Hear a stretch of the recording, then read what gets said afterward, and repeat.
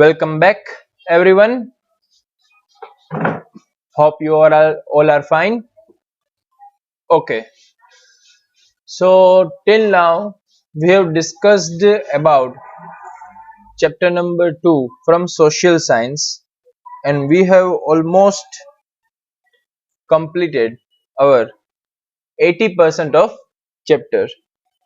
We have discussed about how did European nation captured or colonize African and Asian countries. Okay, then after we have discussed the factors related to World War, then we have discussed about the World War, then the effects of World War. After that, in that effects of World War, we also discussed Treaty of Versailles, which is an important point. And now we are going to discuss our last part of the chapter, that is the Russian or Bolshevik Revolution and the League of Nations, aims of League of Nations. Okay, so let us start. The Russian Revolution, which was held in 1917, is considered as an important event in the world history. Okay, the Russians has been oppressed and suppressed by the Tsar of Russia. Okay, means કે જે ઝાર હતો ત્યાંનો, બરાબર છે, means કે રાજા જેને આપણે કહીએ, બરોબર છે, રેડી. એની જે એક્ટ્સ હતી, એની જે નોર્મલ પબ્લિક ઉપર, બરાબર છે, એ ઇનહ્યુમન એક્ટ હતી, બરોબર છે, રેડી, જેનાથી માણસો બહુ જ કંટાળી ગયેલા હતા.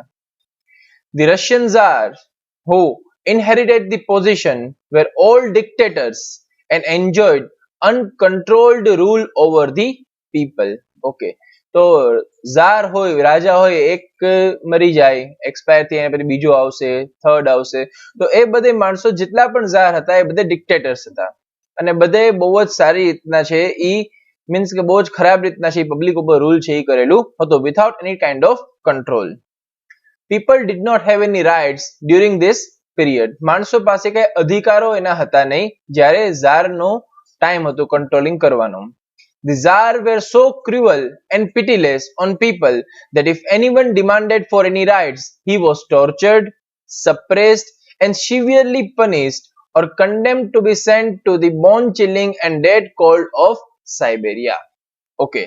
તો ઝાર છે બહુ જ ક્રુઅલ હતા, દયા વગરના માણસો હતા. જો કોઈ માણસ છે એમની પાસે પોતાના અધિકારો માંગવા જતો, પોતાની રાઇટ્સ છે એ માંગવા જતો, તો એને ટોર્ચર કરવામાં આવતા, સપ્રેસ કરવામાં આવતા અને પનિશ કરવામાં આવતા, બરોબર છે. અને પનિશમેન્ટ બહુ એ લોકોને અઘરું હતું, બરાબર છે, રેડી, કે ઇન્ટેન્સ કોલ્ડ સિચ્યુએશનમાં છે એ સાઇબેરિયામાં એ લોકોને પનિશ કરે, બરાબર છે. તો એક બહુ જ ખરાબ સ્થિતિ છે એ પીપલ માટે બની ગયેલી હતી. This uncontrolled and oppressive tsardom became the reason for grief, poverty, and suffering among people. The Russian farmers, laborers, and peasants were not getting enough income despite working very hard. They became poor. તો આ જે ઝારડોમ હતું, ઝાર જે રાજાઓ રાજ કરતા હતા, બરાબર છે, એના કારણે જે કન્ટ્રી છે એની અંદરમાં બહુ જ વધારે પોવર્ટી, ગ્રીફ, બરાબર છે, એ બધી વસ્તુ છે એ જોવા મળતી હતી માણસોની વચમાં. રશિયાના જે ફાર્મર્સ હતા, લેબરર્સ હતા, બરાબર છે, એ લોકોને પૂરેપૂરી ઇન્કમ છે એ મળતી હતી નહીં જ્યારે એ લોકો સરખી રીતના કામ કરતા હતા ત્યારે પણ. ને અલ્ટિમેટલી એ લોકો એની કન્ડિશન છે વધારે પુઅર છે બનતી હતી. Under the leadership of Father Gapon, a large rally was taken out to the Tsar's residence, Winter Palace, on 22nd January 1905 on Sunday. These people were unarmed while some had the Tsar's picture in hand with caption like "Long live the little white lord of Russia" written on it. Okay, તો આ બધી વસ્તુના વિરોધના માટે okay એક rally કાઢવામાં આવે છે.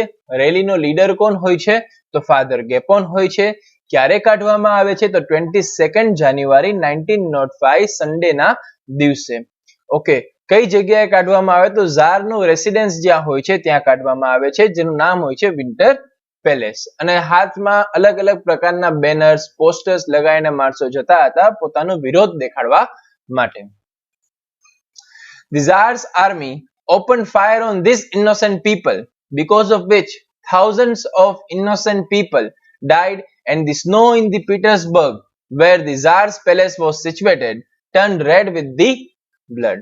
ઓકે, તો આ બધે જે વિરોધ કરનારા માણસ જે રેલી લઈને ઝારની પાસે આવેલા હતા, ઓકે, એની ઉપર જે ઝારની આર્મી હોય છે, ઝારના જે માણસો હોય છે, એ ફાયર કરે છે અને ફાયરમાં છે ઘણા બધા જે રેલીના માણસો હોય છે એ મરી જાય છે, ઇન્જર્ડ થઈ જાય છે. અલ્ટિમેટલી જે આનું એમ કહેવાય છે કે ભાઈ કે જ્યાં સ્નો હોય એનો કલર વ્હાઇટ હોય, બરાબર છે, બટ માણસોની ખૂનના કારણે, માણસોના બ્લડના કારણે, બરાબર છે, સ્નો છે એ રેડ પડી જાય છે. ઓકે, એ કહેવત તરીકે આપણને કીધેલું છે. This day is also known as Bloody Sunday in history. Okay. તો 22nd જાન્યુઆરી 1905 ના રોજ સન્ડે હતું, ત્યારે જે રેલી થાય છે, બરાબર છે, એ દિવસને આપણે બ્લડી સન્ડે તરીકે પણ ઓળખીએ છીએ. Keep in mind. Around this time, a large number of Russians got provoked and become restless as the weakness of the Tsardom had become obvious when a small nation like Japan had defeated a massive nation like Russia in Russian-Japan War in 1904 and 1905. તો 1904-5 ની અંદરમાં એક વાર થાય છે between Russia and Japan, જેની અંદરમાં Russia બહુ જ સ્ટ્રોંગ નેશન હોવાના કારણ પણ હારી જાય છે. ઓકે, તો આનાથી ઘણા બધા રશિયન્સ લોકો છે જાગી જાય છે. ઓકે, અને એ લોકોને ખબર પડી જાય છે કે ભાઈ ઝારડોમ છે એ બહુ વીક છે, બરાબર છે, રેડી. જ્યારે જાપાન સામે હારી જતું હોય, ઓકે, તો પછી આપણે કઈ આગળ એમાં સ્ટેપ્સ છે લઈ શકીએ છીએ. એને ધ્યાનમાં રાખીને, in order to pacify the angry Russians, an announcement to call for a Duma legislative assembly, which had not been called for years, was made. Eventually, 4 such Duma were called, but before it can take steps to satisfy the citizen, it had been called off. Okay, તો ડ્યુમા legislative assembly છે એ બોલાવવામાં આવે છે.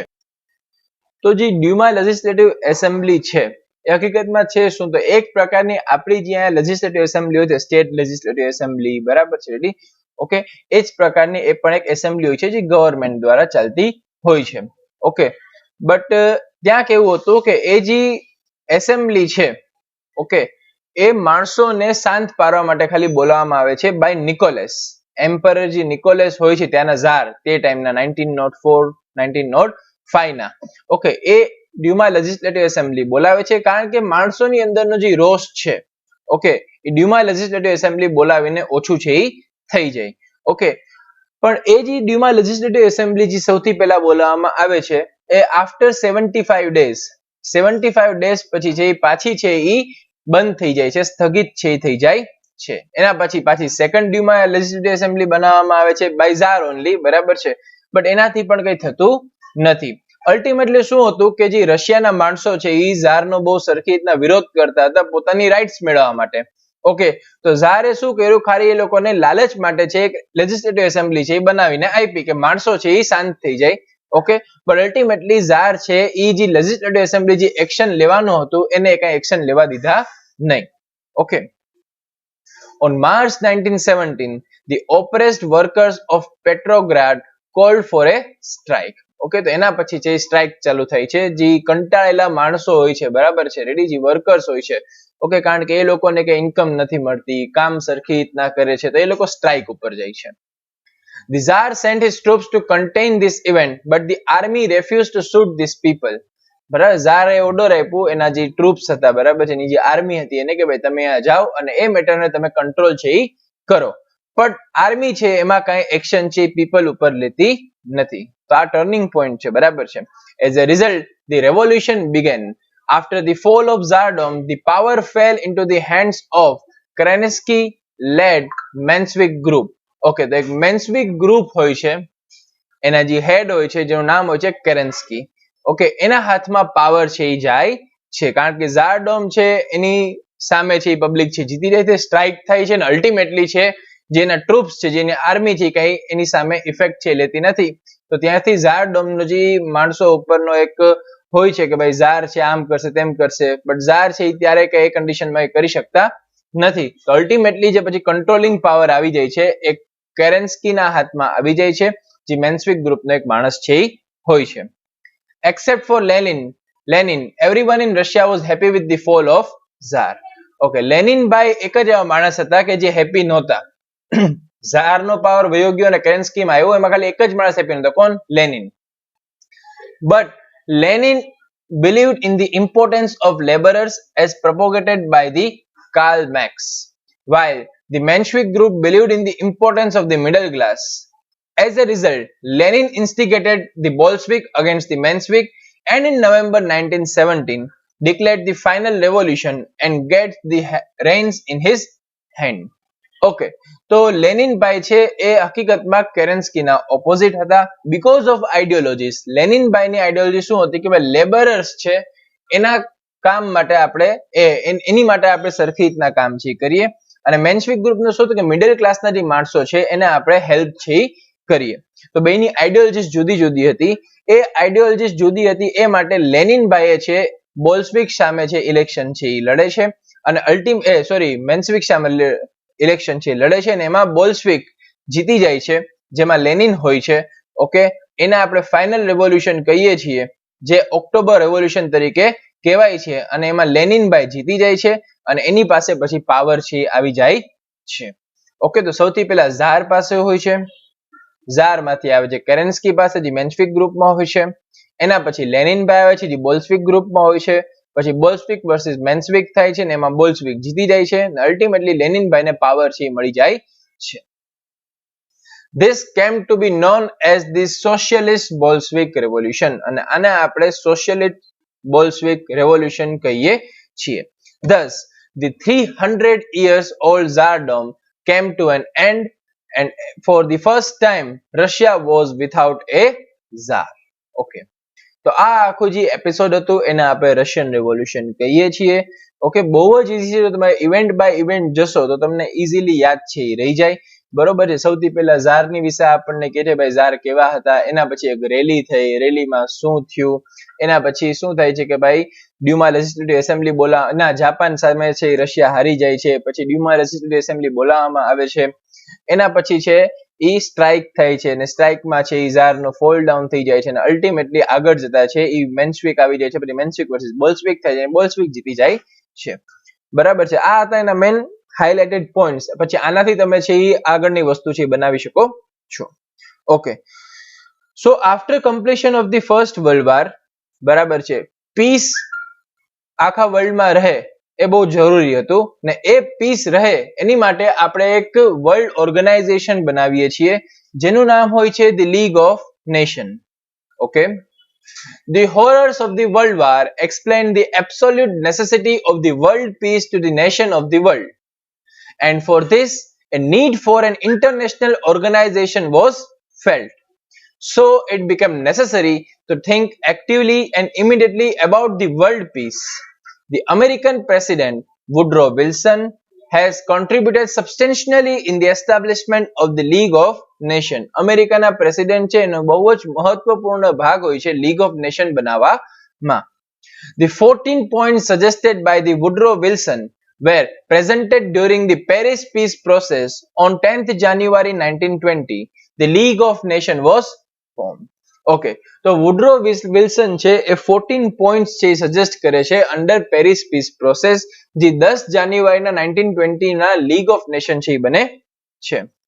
Okay, so now we will see aims of league of nation, કે ભાઈ જે league of nation આપણે બનાવ્યું આફ્ટર વર્લ્ડ વોર, શું કામ બનાવ્યું કે ભાઈ આગળ જતા એવું કઈ મોટું વાર થાય નહીં.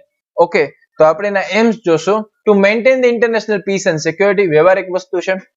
Every nation to respect the unity and integrity of other nation. Okay, બધા જ કન્ટ્રીના જે મેમ્બર્સ છે. ઓકે, હવે આપણે ઇન્ડિયન્સ છીએ તો આપણે ઇન્ડિયાની જે યુનિટી છે, ઇન્ટિગ્રિટી છે મેન્ટેન કરવી જોઈએ, બટ સામે સામે જે બીજા બધે દેશ છે, બરાબર છે, એને પણ આપણે રેસ્પેક્ટ છે એ કરવું જોઈએ. To give up the policy of war, વારની જે પોલિસી છે નાની નાની વાતમાં બંદૂક કાઢીને ધડાધડી કરી નાખે છે, બરાબર છે, એ વસ્તુ છે એ બરાબર છે નહીં. ઓકે, તો જે પોલિસી ઓફ વાર છે બરાબર એને છોડવાની વાત કરે છે. ટુ ડેવલપ ઇન્ટરનેશનલ રિલેશન, કે એક કન્ટ્રી છે એ બીજી કન્ટ્રી સાથે સારા એવા રિલેશન ડેવલપ કરે જેથી કરીને એ લોકો ટ્રેડ છે, કોમર્શિયલાઇઝેશન છે ઇઝીલી છે એ કરી શકે છે. To solve the international dispute peacefully through negotiation or mediation, જે પણ ડિસ્પ્યુટ છે બે નેશનની વચમાં એ પીસફુલી છે રિઝોલ્વ કરવાની વાત કરે છે, જેમાં આપણે નેગોશિએશન અને મીડિયેશન નો આધાર લઈએ. નેગોશિએશન મીન્સ કે તમને આઈડિયા હશે કે ભાઈ સામ સામે બેસીને છે એકબીજા સામે વાત કરીને વસ્તુ છે એનું સોલ્યુશન લઈ આવવું.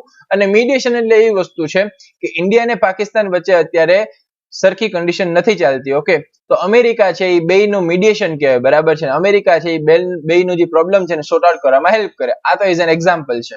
Okay, if any nation ignores the League of Nations or its mediation, it would be declared as rebel nation. જો કોઈ માણસ છે એ લીગ ઓફ નેશન ને ફોલો કરતું નથી, એના ઓર્ડર્સ ને ફોલો કરતું નથી, તો એ રેબલ નેશન કહેવાશે. રેબલ એટલે કે મીન્સ કે વિરોધી નેશન છે એ કહેવાશે, ઓપોઝિશન નેશન છે એ કહેવાશે. The League of Nations established for the world peace did not manage to keep a control over the imperialist policies of the superpowers. And in 1939 the second world war began. League of nation જે આપણે બનાવેલું હતું 10th જાન્યુઆરી 1920 ના, એ સરખી રીતના piece maintain કરી શકતો નથી વર્લ્ડની અંદરમાં, જેના કારણે આગળ જઈને આપણને સેકન્ડ વર્લ્ડ વોર છે એ 1939 માં જોવા છે એ મળે છે. Okay, so this was hour chapter number 2. બહુ જ ઇઝી ચેપ્ટર છે. ઓકે, આઈ હોપ કે તમે આગળના જે આપણા લેક્ચર્સ થયેલા હતા 3, એના બધે પોઈન્ટ્સ છે સરખી રીતના લખેલા હશે. અને આજનો જે ફોર્થ આપણો જે પાર્ટ છે એના પોઈન્ટ્સ પર તમે સરખી રીતના લખીને પૂરેપૂરું ચેપ્ટર છે એ કમ્પ્લીટ છે એ કરી આપશો. ઓકે, તો આની જે ટેસ્ટ હશે ને એ બધી વસ્તુ છે તમને ગ્રુપની અંદરમાં એક્ઝેક્ટલી મોકલવામાં આવશે. અને નેક્સ્ટ ચેપ્ટર ફરી પાછો આપણે લેક્ચર હશે ત્યારે આપણે સ્ટાર્ટ છે કરીશું. ઓકે, ત્યાર સુધી બધાને ગુડ બાય, ટેક કેર.